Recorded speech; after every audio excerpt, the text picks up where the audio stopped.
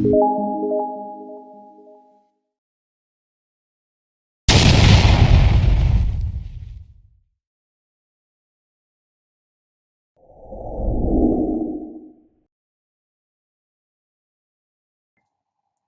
everyone, this is Julio from Fitness Foundry and I hope you are well.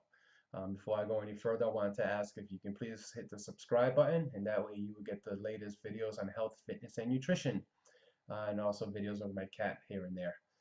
So I wanted to make a quick intro video about the A.I.M method that's in my book, Breakout of Break Even, available in ebook and in print on Amazon, and it's also a continuing education course for the fitness professional.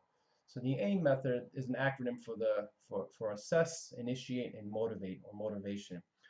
With any good program, specifically for us as weight loss program, we need to assess our starting point, and I give you the tools in the book on how to do that.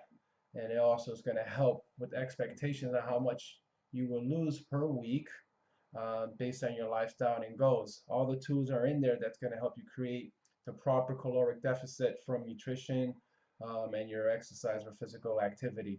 Um, the next thing is initiate, and then these are the tools or the tips in the book that's going to help you start your program, um, and also make it realistic for your lifestyle. I don't promote diets. All it is just basically you learning what works best for you. It's the best way to say it.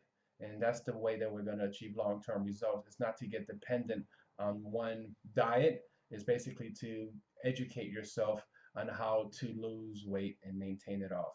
And then the last part is motivation to motivate. That's where you are going to learn you're going to learn from your setbacks and your challenges, and you're going to learn how to overcome it. How do you learn how to overcome it?